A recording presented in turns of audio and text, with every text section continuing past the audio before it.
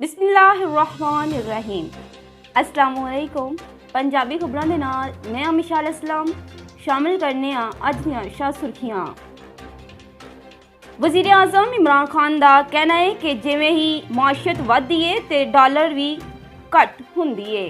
ज़र मुबादला संभालण दे लई IMF दे कोल जाना पैंदा है। बरामदात वधन तक दौलत पैदा होवेगी ना खुशहाली आएगी। वज़ीर आज़म ने लाहौर विच टेक्नोपोलिस का इफ्तिताह कर दिता।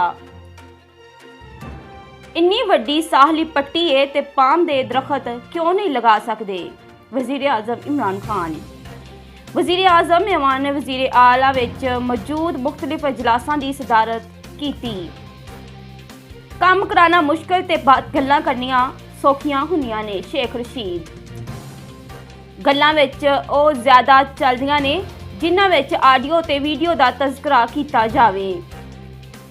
सियालकोट वाक़े ते 80 सारे शर्मिंदा वां। हो सकता है नाला लई मनसूबे तो बाद अपनी सियासत का फैसला कर लेवां। DG नैब लाहौर शहजाद सलीम तब्दील। जमीर अहमद ने नवें DG नैब तैनात हो गए। मिर्जा सुल्तान मोहम्मद सलीम DG नैब सखर तैनात। शहजाद सलीम ते मिर्जा मोहम्मद इरफान बेग नूं नैब हैडक्वार्टर भेज दिता गया।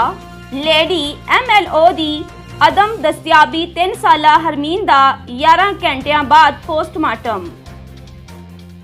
बच्ची दी हलाकत दी वजह सिर विच लगन वाली गोली बनी। इब्तदाई पोस्टमार्टम रिपोर्ट।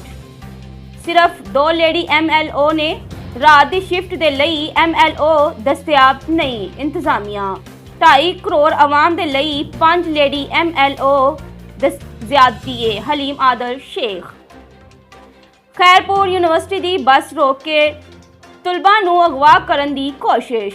मज़ामत ते 7 तुलबा जख्मी। तुलबा दा कौमी इशारा दे बाद धरना।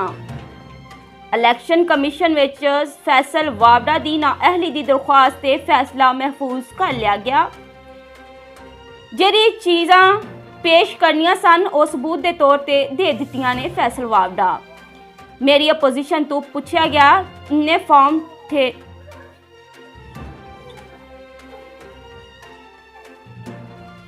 मेरी अपोजिशन तो पूछा गया इन्ने फॉर्म सन ते ओ किथे नहीं।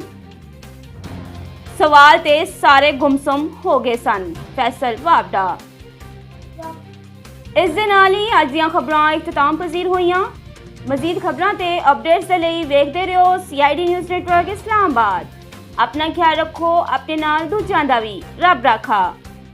You are watching CID News Network Islamabad.